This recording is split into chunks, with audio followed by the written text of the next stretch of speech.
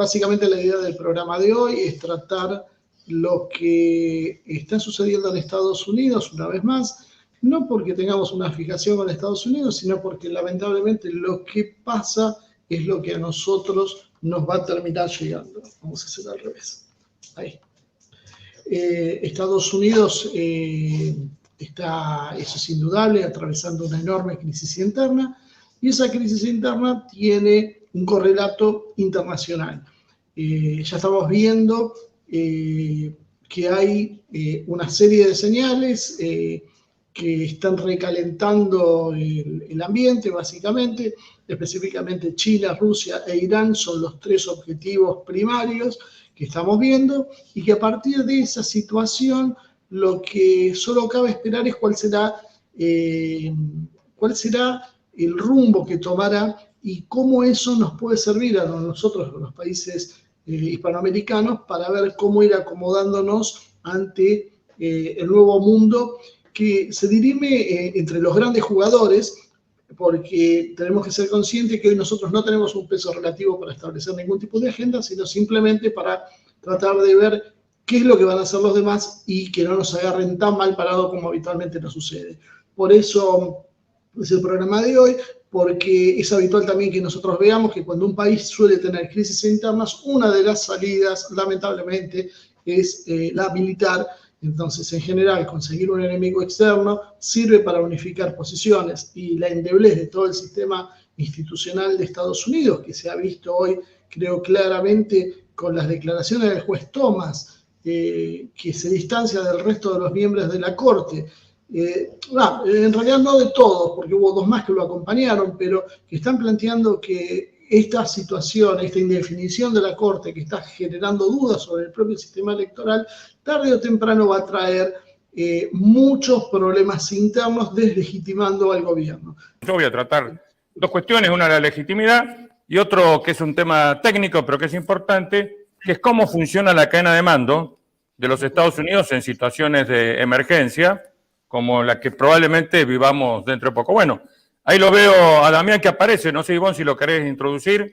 Sí, por favor, Damián, estabas invisible a mis ojos. Un gustazo tenerte acá, así que estas cosas suelen pasar, ¿no? Cuando uno viene apurado. Así que 10 puntos, ya estaremos con vos. Dejemos que el coronel nos termine de hablar y después ya arrancan todos ustedes con todas las pilas, ¿ok? Muchísimas gracias. Coronel, por favor. Bueno, retomamos.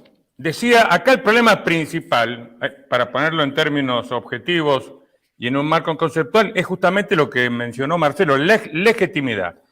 Obviamente estas elecciones han dejado un sabor amargo en la masa de la población.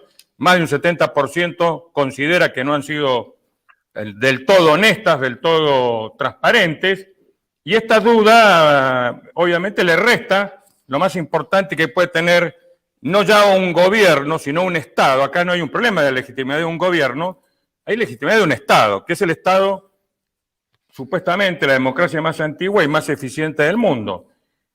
Ya, y sobre esa superficie que plantea Marcelo, bueno, comienzan a verse las fisuras, las grietas.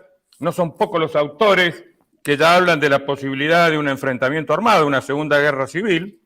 Hemos traducido en nuestro blog hoy un artículo muy interesante de William Lynn, que es una persona muy versada en estos temas porque ha sido asesor de varios senadores, lobista del Cuerpo de Infantería Marina de los Estados Unidos, y él, yo no lo sabía, ha renacido incluso un movimiento segregacionista, un Brexit norteamericano, habrá que buscarle el nombre, con una cuestión prácticamente de fantasía, el estado de Cascadia, que comprende la Columbia Británica, es decir, Canadá, Oregón y el norte de California.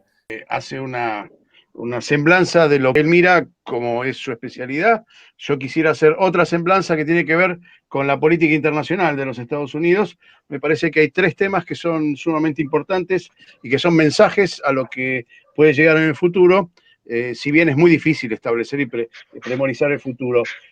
La salida de Yemen, del conflicto que tiene Arabia Saudita con Yemen, le quita de algún modo el apoyo, el nuevo gobierno norteamericano, Es un mensaje, evidentemente, en principio por el costo que tiene mantener ahí un conflicto armado que no le reditúa en este momento a Estados Unidos nada. Es un mensaje por elevación también para Israel, es decir, también vamos a seguir manteniendo la fidelidad, dice Biden, con respecto a Israel, pero esta fidelidad tiene algunos límites que tienen que ver con lo económico, no con lo político.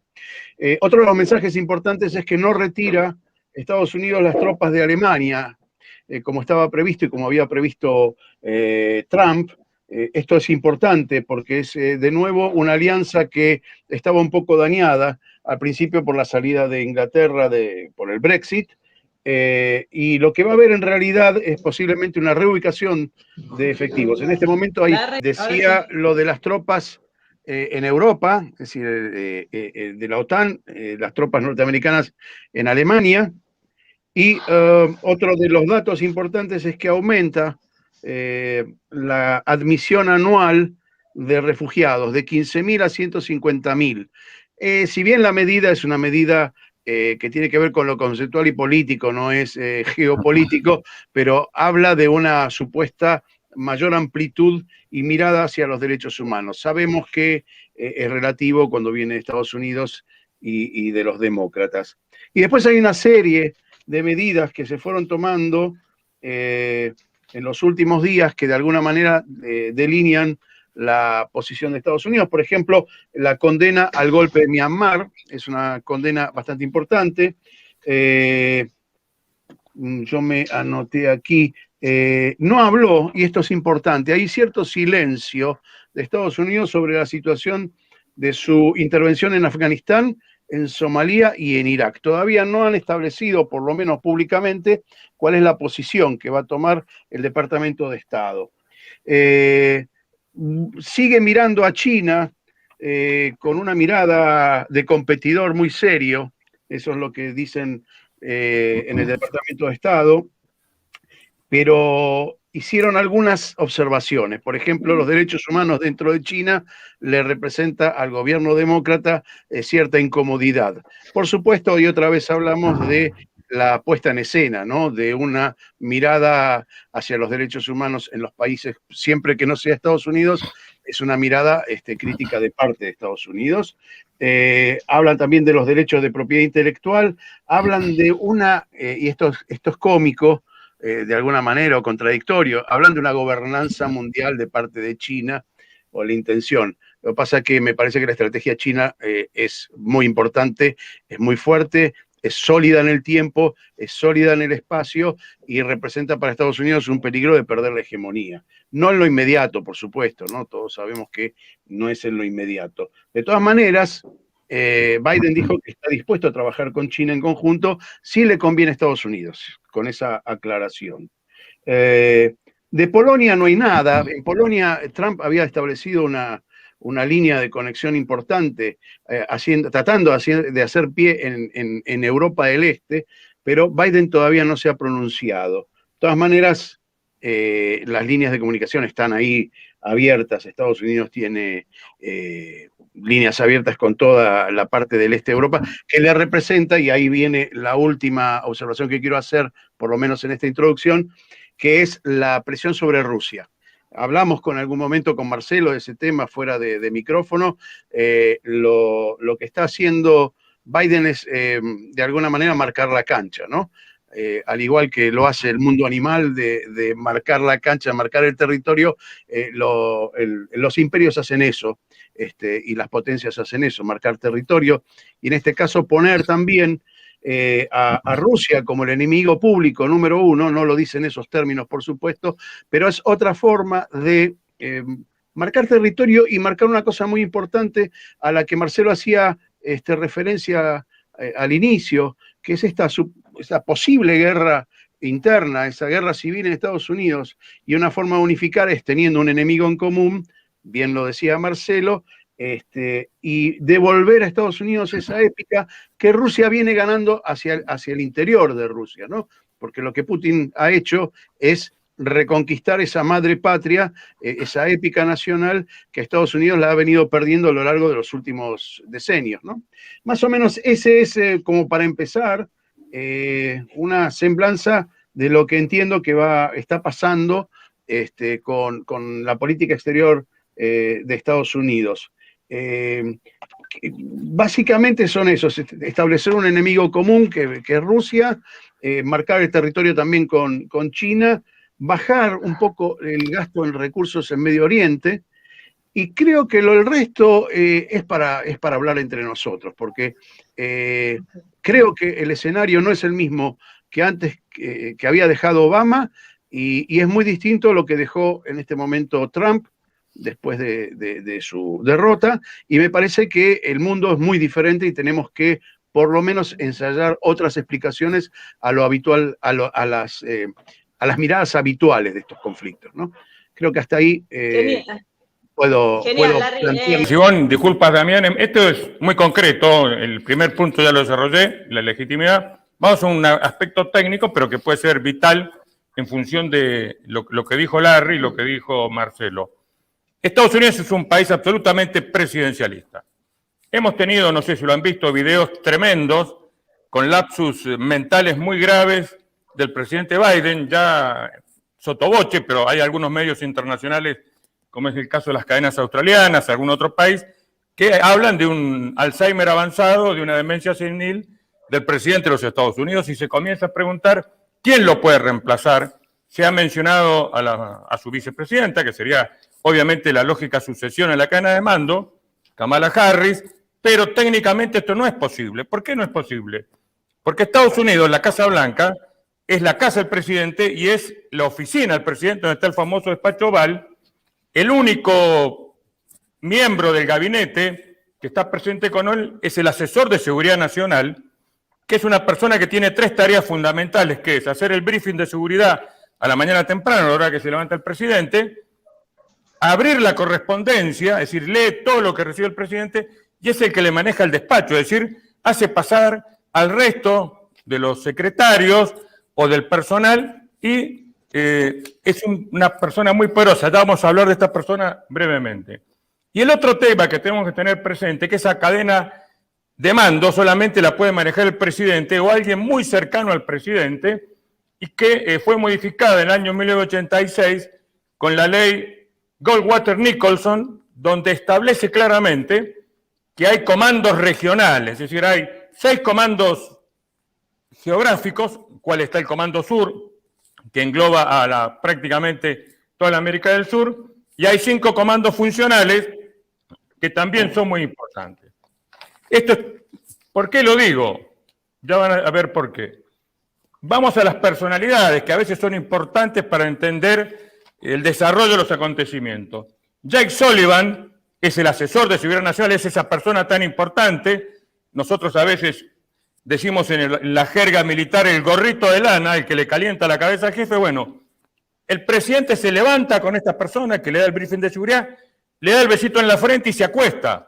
Es la persona que está todo el día al lado del presidente, y obviamente la persona que puede tener una gran influencia en el caso de una crisis, como mencionaba Larry, que puede ser de carácter militar, es la persona que está al lado.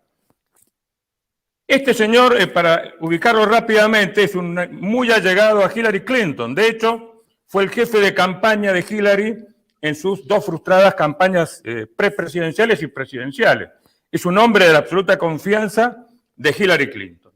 Pero hay otro personaje que es muy importante, ustedes lo han visto, es medio popular, dicen el primer hombre de color, el primer negro afroamericano, que es secretario de Defensa, Floyd Austin. Bueno, no es importante por su color de piel, sino por dónde viene ese señor. Viene del complejo militar industrial. Ha sido hasta hace poco, de hecho no podría ser secretario de Defensa porque lo prohíbe la ley.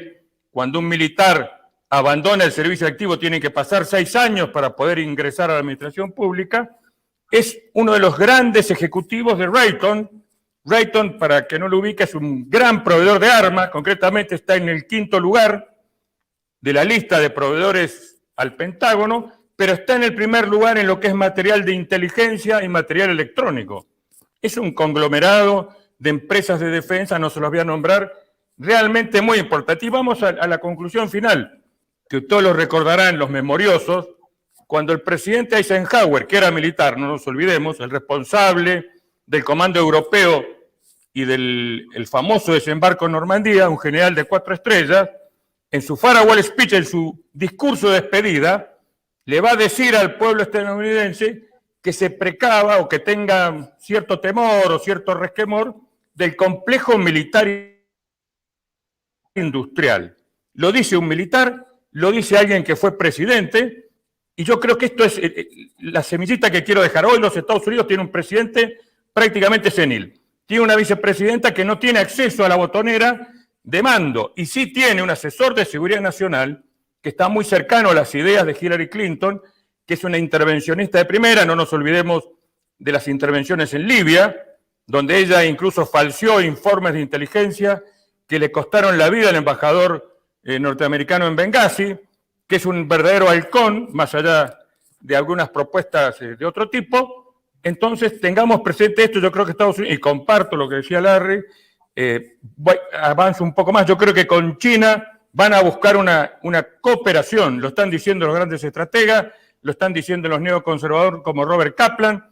Ellos con China quieren hacer negocio, no quieren ir a la guerra, pero sí aparece el tercero en discordia, Rusia, que no tiene la potencia. Rusia hoy tiene menos poder económico que Brasil, por ejemplo, pero tiene 14.000 ojivas nucleares, más un presidente que es un jugador de ajedrez, lo conocemos todos, Vladimir Putin, y que, bien lo decía Larry, hacia adentro ha no solamente reestructurado la autoridad, es prácticamente un zar, sino que ha reformulado a las alicaídas fuerzas rusas que después de la caída del muro de Berlín prácticamente no valían nada. Hoy el nivel militar ruso puede ser un misterio, pero no podemos dudar de que es de muy alta capacidad, superior a China. Podemos tener la duda en una confrontación con los Estados Unidos, pero obviamente es un poder que puede desafiar en ese campo a los Estados Unidos. Bueno, con esto termino y espero que no se corte más. Gracias, coronel. Me hizo acordar que Robert Kaplan escribe en nuestro Facebook y hoy puso un comentario justamente en la mesa de debate.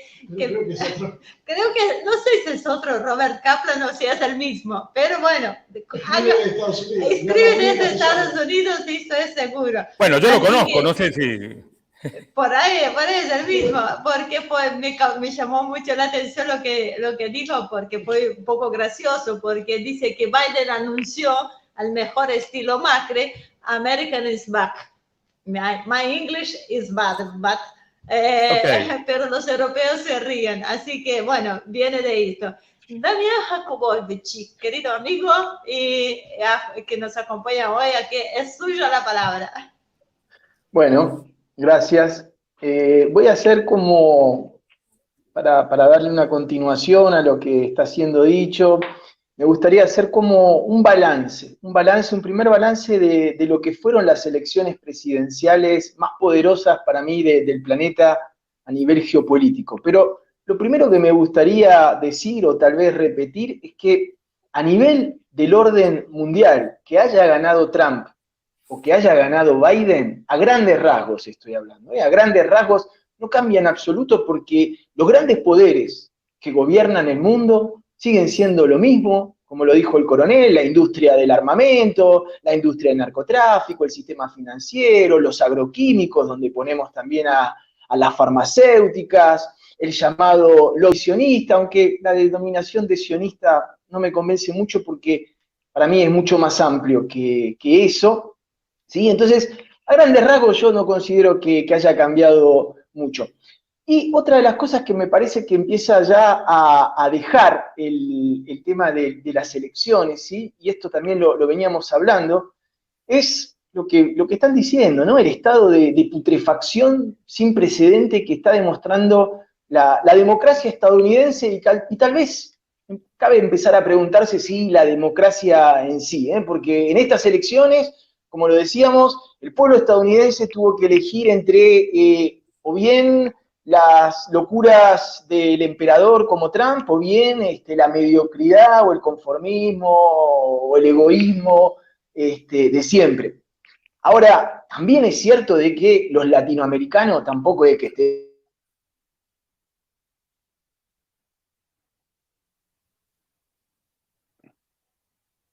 Le llegó la Guerra Fría. Se dice... ¿Cómo? Para que no te vemos, Damián. Te ¿Se escucha escuchamos, pero por lo no te menos? vemos. Bueno, Se escucha, Damián, dale, dale. Dale. pueden poner una fotito de Winnie Pooh. Este, No sé, se ve rarito, pero bueno, dejamos que siga. Sí, no nos metamos en ese tema por ahora.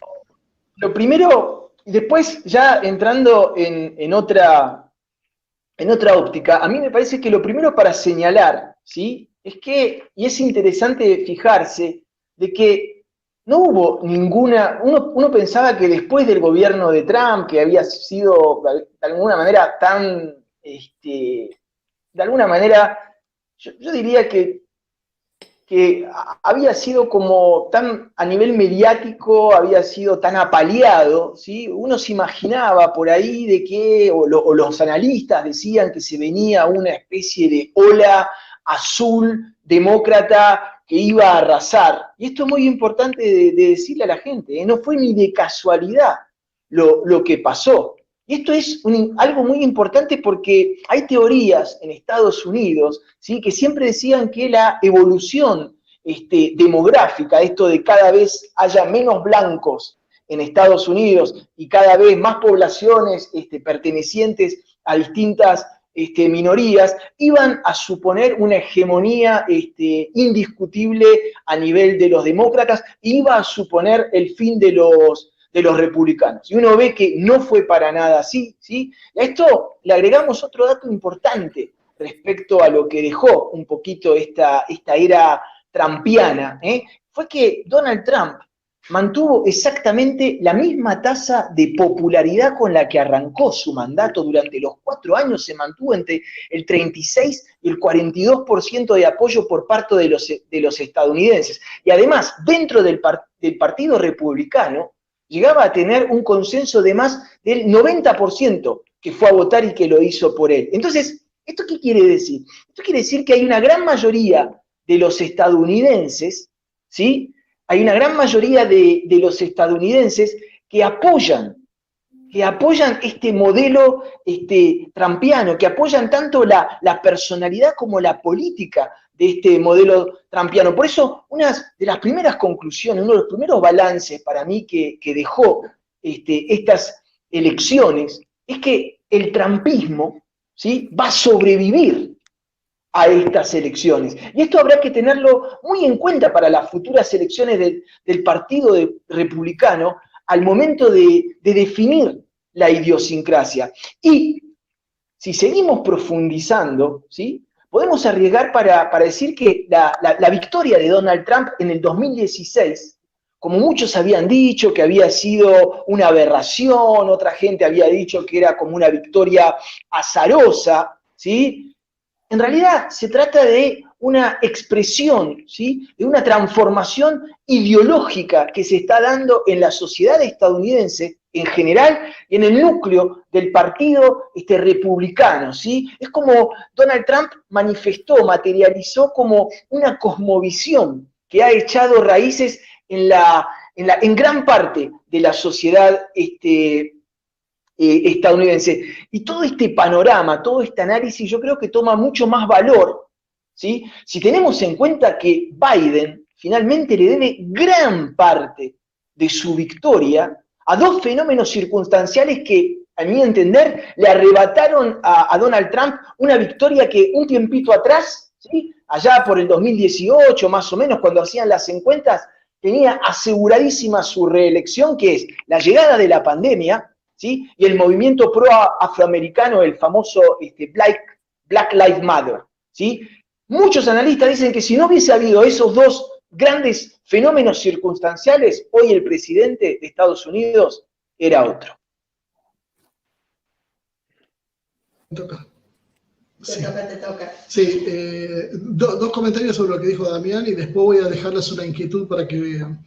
El Partido Patriota, que es el que se supone que está armando Trump, hoy tiene un 23% de intención de votos, contra aproximadamente un 17% de los republicanos y un 46% de los demócratas, lo cual lo situaría ya como segunda fuerza, pero generaría romper esas patas sobre las cuales sobre las cuales se mantuvo estable Estados Unidos durante décadas, porque habría una tercera fuerza con un modelo diferente y que aparte le garantizaría básicamente el predominio eterno al Partido Demócrata, porque dividiría las fuerzas opositoras. Así que es un tema abierto hacia dónde esto puede llegar a terminar. Con respecto al tema de los dos temas inesperados que jugaron, creo que sí, la pandemia que produce una caída económica ha sido un golpe fuerte. Lo de Black Lives Matter ya está un poquito más debatible, porque en algún momento se miró con simpatía, pero después las constantes revueltas durante meses y meses, y considerando que la mayoría de las víctimas terminaron siendo propietarios de locales precisamente negros que estaban en los lugares que atacaban, generó también mucha antipatía, y eso en algún momento creo que los mismos demócratas lo empezaron a frenar porque ya se le estaba volviendo en contra. Ahora, a lo que iba y que me parece, quiero traer un tema de fondo, que esto creo que le va a gustar a Larry porque es su línea. En general lo que se plantea es que es imposible que haya una guerra, se planteó durante mucho tiempo, que es imposible que haya una guerra entre Estados Unidos y China porque hay negocios en común. Las empresas norteamericanas tienen muchos intereses en China y sería difícil que aceptaran perder sus inversiones y perder ese esquema, ese modelo de negocios. Sin embargo, lo que empezamos a ver ahora es que la situación, esa es la descripción de lo que pasaba en la década del 80, cuando China sale hacia... ¿Estoy saliendo? China sale hacia... perdón, las empresas norteamericanas salen hacia China a buscar mano de obra barata. Más o menos en esa época un obrero chino ganaba entre 20 y 25 veces menos que un obrero norteamericano. Y eso generó, bueno, buena parte de toda esa ganancia extraordinaria que tuvieron con el modelo globalista. El tema es que ahora China ya no tiene esa diferencia, ya no garantiza esa mano de obra barata. Hoy un obrero chino de la costa está ganando cerca de lo que gana un obrero estadounidense. Y China tiene además empresas que antes no existían y que hoy salen a competir con las de Estados Unidos. O sea, hoy cuando vemos que el mercado de celulares, que en los 90 dominaban empresas como Nokia o como BlackBerry, hoy lo dominan empresas como Huawei, Xiaomi u otras que son de origen chino. Y eso generaría, por lo tanto, que China ni es un buen negocio porque da mano de obra y además resulta que ahora se transforma en un competidor.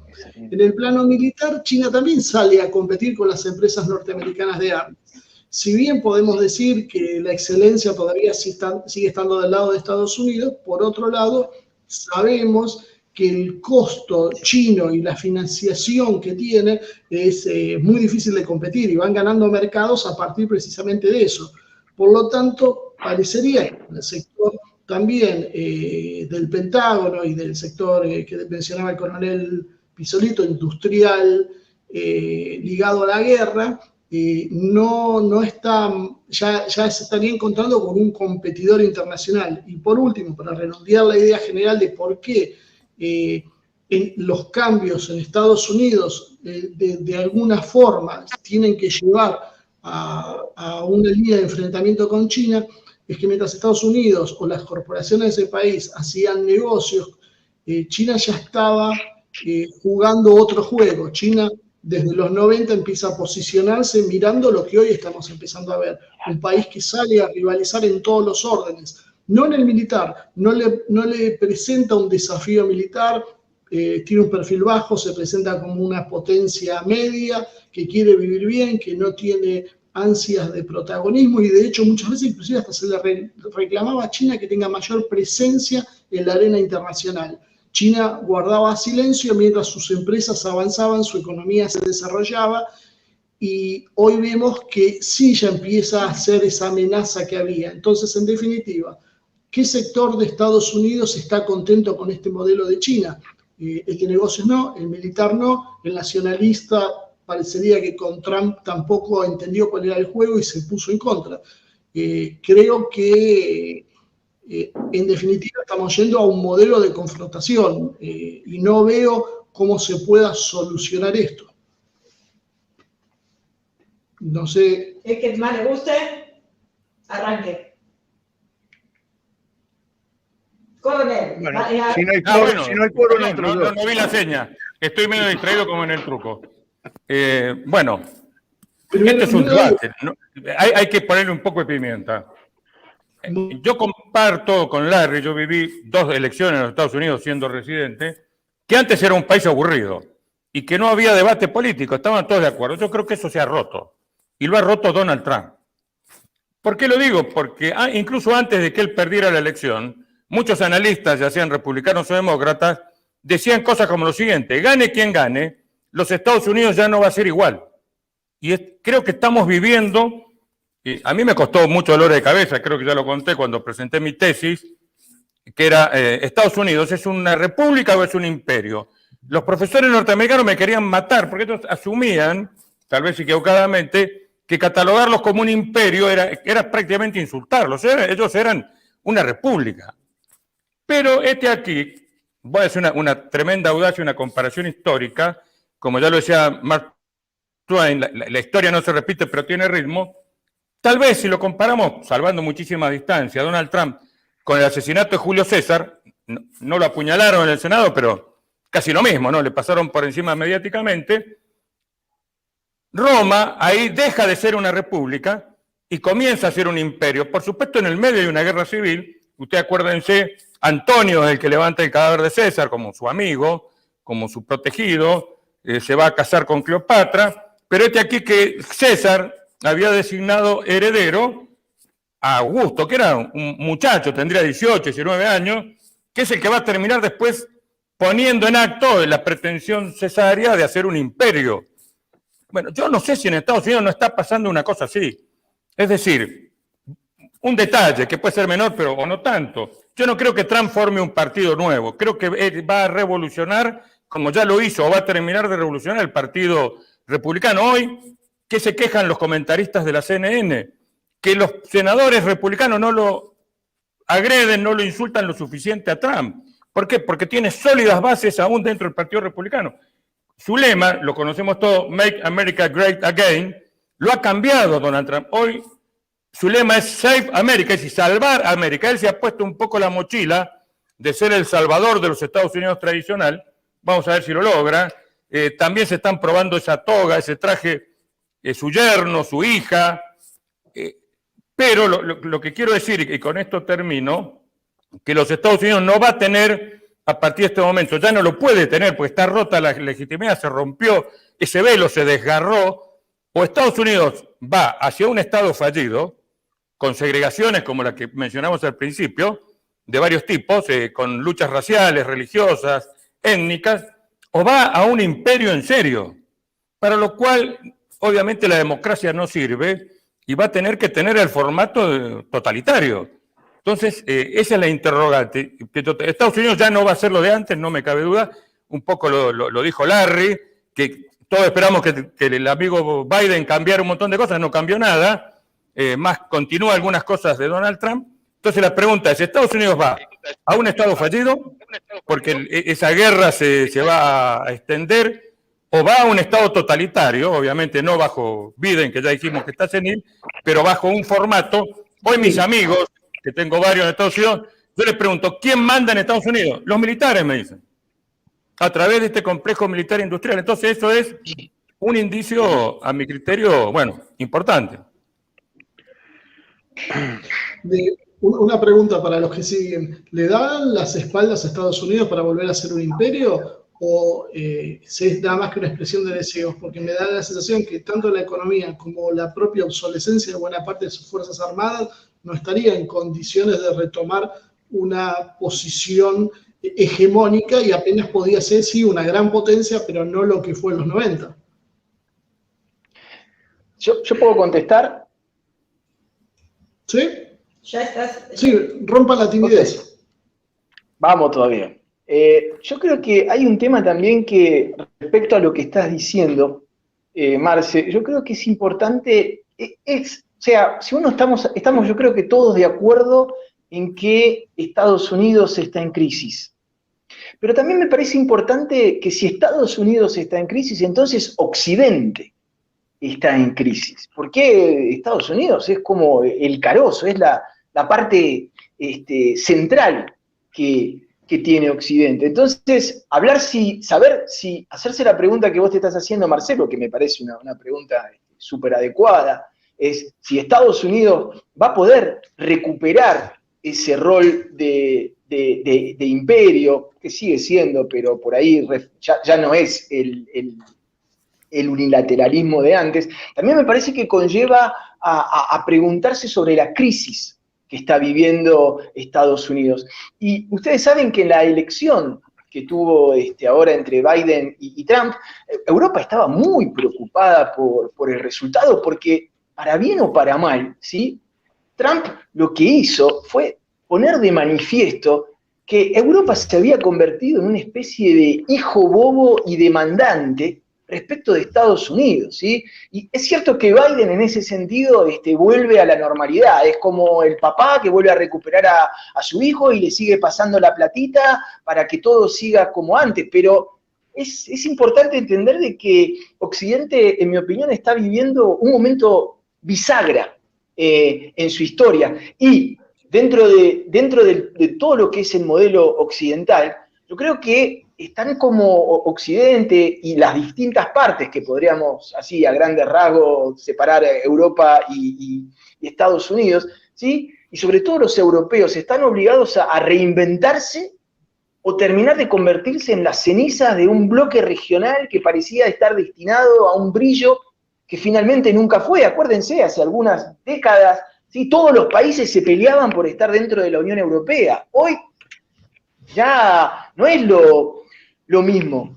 Entonces, me parece que Donald Trump en ese sentido le ha hecho un gran favor a Europa, por más que los europeos piensen que no, que es desnudar la fragilidad del bloque europeo, desnudar esta cosa histórica que está pasando ahora, por ejemplo, en Medio Oriente, en donde las decisiones se están tomando por fuera, sin que el bloque occidental sea consultado. Yo creo que estamos viviendo unos tiempos muy importantes a nivel geopolítico. Y esta misma pregunta que vos te hacés, Marce, respecto a Estados Unidos, que por ahí no contesté la pregunta, yo creo que hay que hacérsela también respecto a lo que es el modelo occidental, si es que todavía se puede seguir hablando de un modelo occidental, o bien la globalización ha hecho que Occidente y Oriente se fusionen.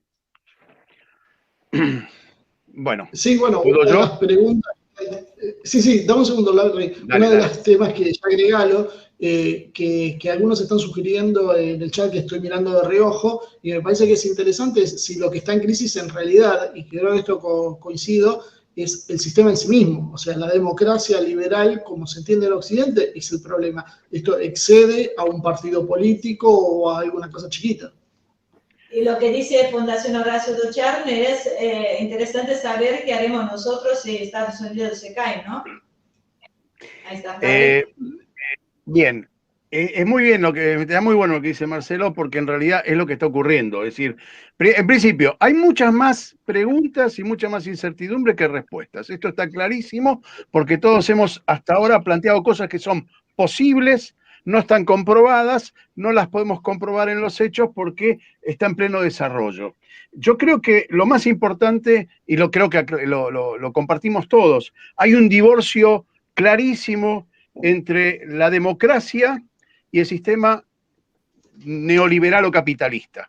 No son compatibles en este momento. Por lo tanto, se producen contradicciones que para nosotros son difíciles de aclarar y de tener conciencia. Cuando el coronel Pisolito decía que en Estados Unidos gobiernan los militares, me recordó una reflexión mía con respecto a Israel, que yo viví muchos años allí, y sostengo que la política en Israel es para adentro.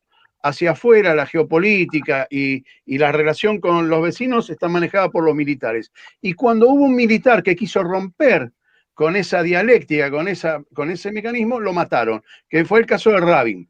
Rabin, en forma pragmática, había propuesto una paz que los militares no estaban dispuestos a aceptar. Por eso lo mataron. Pero ahora la situación es diferente. Marcelo tocó varios temas que son importantes, por ejemplo, los costos laborales. Yo creo que los costos laborales en este momento y en la fase de fabricación y producción que hay en este momento, cada vez es menos importante el costo laboral. Cada vez ocupa un ítem mucho más pequeño en el costo total de cualquier producto, a menos que sea un servicio, por supuesto. Con respecto a lo que decía Damián, con respecto a Trump y el trumpismo, en realidad Trump es un emergente de esa contradicción entre el capital financiero, la democracia y el imperio. Porque la capital del imperio dejó de ser la capital, dejó de ser Nueva York, en el caso de Wall Street, o Washington, en el aspecto formal, y hoy transita y pasea por el mundo de manera aleatoria. Es donde convenga que estén los capitales, ahí se radican, o ahí tienen influencia. Y esa influencia irradia hacia el resto del mundo. Entonces, decir que Estados Unidos maneja la historia me resulta un poco, le queda grande a Estados Unidos en este momento y entra en contradicción con las minorías políticas, con los conflictos raciales que hay dentro de Estados Unidos. Me parece que es un imperio que está en decadencia. Hay que definirlo, a mi criterio, en esos términos. No hay forma de que vuelva a ser lo que fue hace 4 o 5 décadas. Con respecto a los chinos, lo que vos decías, Marcelo, yo creo que hace mucho que los chinos se están preparando para ser una potencia. Como vos decís, no es una potencia beligerante en términos militares. Tiene una economía es decir, está adquiriendo una economía de mercado ordenada y del Estado, ¿no? Es decir, dominada por el Estado, no una economía libre. Entonces, eso pone más nervioso a cualquier economía liberal, porque la economía liberal conlleva por sí un elemento de incertidumbre y se va jugando de acuerdo a oferta y mercado y cómo se va construyendo el sistema económico y los equilibrios. En China no hace falta ese equilibrio, el equilibrio es el Estado, la participación del Estado y el modo de producción.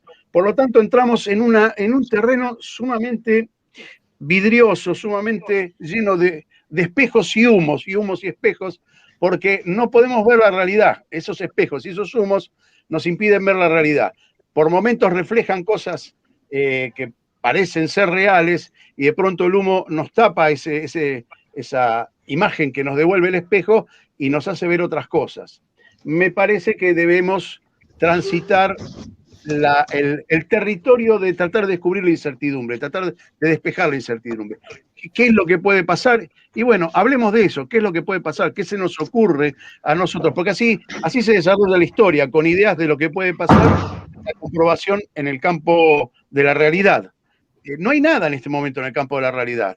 Hay una acumulación enorme de capital, el robo de la fuerza de trabajo de los países más pobres, y eso es todo lo que hay. Ahora, en algún momento eso se tiene que quebrar, porque nos vamos a quedar, es decir, los grandes capitales se van a quedar sin consumidores y no podrán sobrevivir a su propia dinámica. Entonces, veamos qué puede pasar con todo eso. Es que ahí creo que es donde empieza a entrar el gran reset que se habla en Davos. O sea, precisamente estamos yendo a un modelo diferente. Yo creo que estamos saliendo del capitalismo, estamos yendo a un modelo nuevo. Esto lo hablamos en el programa anterior. Y creo que se están preparando para eso. El tema es que el modelo que tienen en mente muchos empresarios todavía es de competencia. O sea, porque es cierto que la incidencia del salario cada vez va bajando más porque se automatiza el proceso. Pero también es cierto que ahora aparece un competidor, que es la corporación china, que tiene, como vos decías, como un elemento central, que el que toma las decisiones finalmente es el Estado. Y cuando te aparece un Jack Ma, acordate cómo terminó Jack Ma, que desapareció y ahora vino Mancito.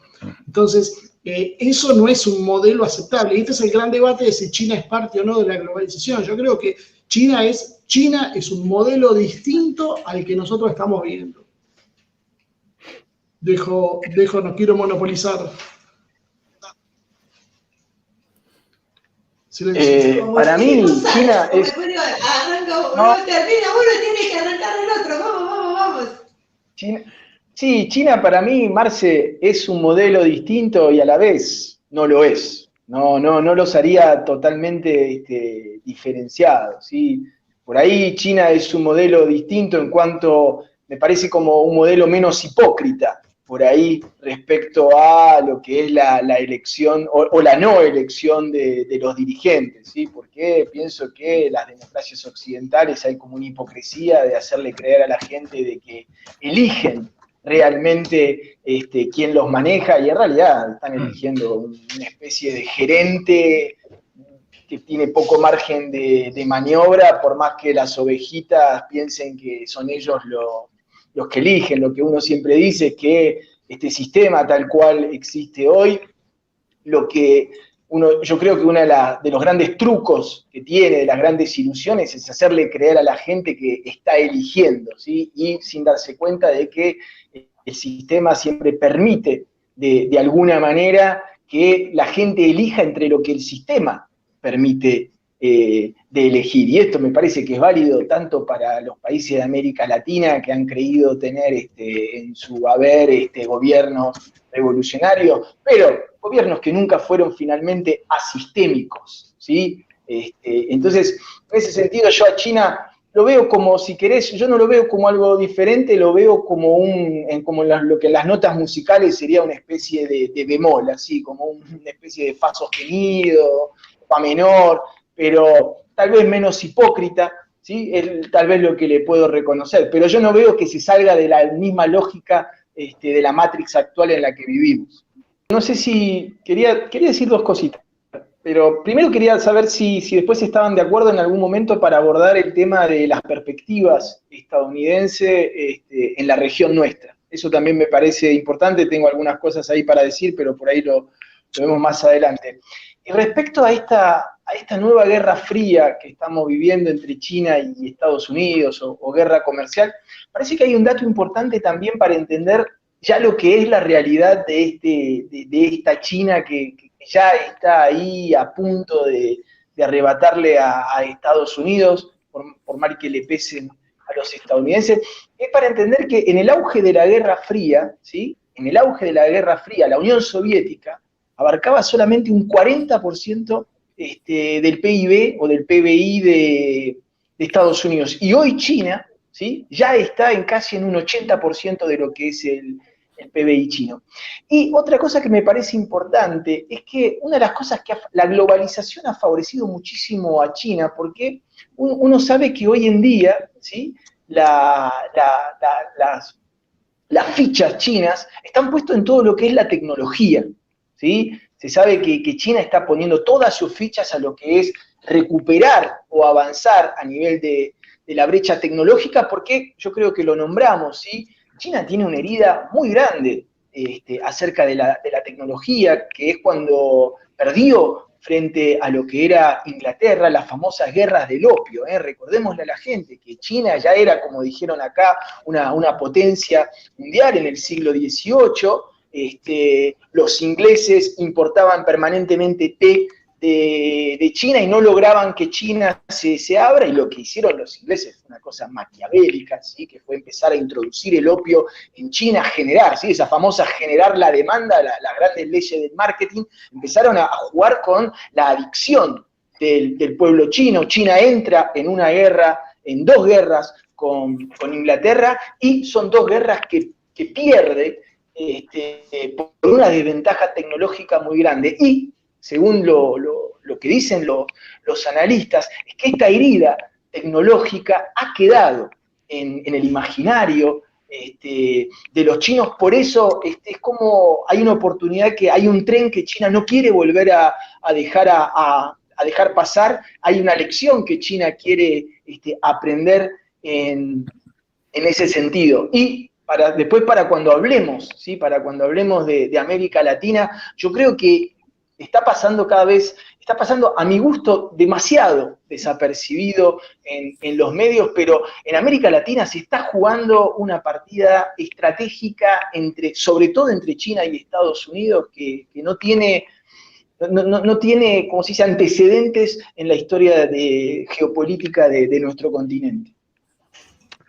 Yo acuerdo con lo que decís, pero no es para mí Latinoamérica el centro de esa disputa. Pero quiero responderle a, no sé quién es el encargado de la Fundación Horacio Ducharne, pero muy importante lo que dice. Dice, el etnocentrismo chino le hace muy difícil asimilar el concepto universal de imperio. Hace hincapié en algo que es importante, que los chinos sí tienen en cuenta, que es el lenguaje. Cuando uno intenta dialogar con una potencia o un país lejano en costumbres, lejano en las improntas y en las costumbres, no solo hace falta hablar el mismo idioma, sino entender los gestos de ese idioma. Y los chinos han tenido la inteligencia de enviar tanto a Europa como a América Latina gente a estudiar en las universidades nuestras o de cada país, como para poder interpretar ese lenguaje que les es lejano, que les es difícil de entender, y que a nosotros tenemos el problema de no entenderlos a ellos. Me parece que deberíamos ahondar en esto de encontrar lenguajes y señas e improntas que no entendemos. Nos quedamos siempre con nuestro español y nuestro latinoamericanismo, que es importante desde el punto de vista de nación, pero me parece que también es importante desde el punto de vista de establecer alianzas circunstanciales y convenientes, es entender los lenguajes de con quién nos podemos aliar. Sí, me parece que eso es importante y me parece que es un buen punto el que señala aquí el muchacho, no sé quién es, de la Fundación Horacio Ducharne. Nosotros creo que nunca tuvimos... Dale, Marcio. No, después le quiero contestar a Larry para ponerle un poquito de picante al debate. Dale. Bueno, yo creo que en realidad nunca terminamos de entender nosotros el juego. Cuando nosotros apostamos por Biden como país, creo que cometimos un error, que es lo que estamos viendo ahora, porque más allá que te guste o no te guste Trump, que tipo sea un ordinario o que no sea el que vos querrías como presidente, lo que sucede con Biden es que viene con un modelo que va en las antípodas de lo que necesitamos nosotros y toda nuestra región. O sea, volvemos de vuelta a un modelo, si consigue imponerlo, que es de globalización. Nosotros necesitamos un modelo que nos permita de alguna forma proteger nuestra industria y nuestros mercados. Creo que por eso es tan importante cómo se resuelva la disputa interna dentro de Estados Unidos, porque, y creo que después que conteste Damián, deberíamos volver al tema que señaló el coronel Pisolito cuando arrancó y planteó el tema de la secesión de Estados Unidos, porque estamos hablando de un Estados Unidos hegemónico o no hegemónico. ¿Y qué pasa si Estados Unidos se sumerge en una crisis que lo hace inoperante, al menos para controlar lo que antes controlaba? No, igual. ¿Hoy? Coronel, dejemos hablar a Damián un segundo y sigue usted. Ok. Lo que yo decía, ojo, que no decía que América Latina es, no decía que América Latina es para el mundo y para la guerra comercial el punto central. El punto central para mí es la zona de Asia-Pacífico, pero lo que sí América Latina es un reflejo de este nuevo mundo pluripolar, ¿sí? No nos olvidemos que a nivel geoestratégico y desde el fin de la Segunda Guerra Mundial, América Latina ha sido históricamente el patio trasero de los Estados Unidos, donde ninguna potencia se podía meter. Y hoy, ¿sí? Vemos datos que el otro día lo compartíamos en Twitter, como que China ya es el segundo socio comercial de América Latina en general, el primer socio comercial de América del Sur, el primer socio comercial de Argentina, habiendo desplazado nada más y nada menos que a Brasil, ¿sí? Que ya están poniendo una base espacial en Argentina, que ya hay varias bases de cooperación militar en el resto del continente. A mí me parece que es un dato muy importante y es un dato que no puede dejar de preocupar a los estadounidenses a nivel geoestratégico, ¿sí? Porque a nadie le gusta tener, como tienen los chinos, un Taiwán ahí a pocos kilómetros de sus costas, y es lo que le está pasando a Estados Unidos. Estados Unidos está observando cómo, ¿sí? Y esto forma parte, y esto tiene que ver con este declive que estamos hablando de Estados Unidos como superpotencia, porque uno de los indicadores más grandes de declive estadounidense, es lo que está pasando en su patio trasero, que nunca había pasado hasta el momento.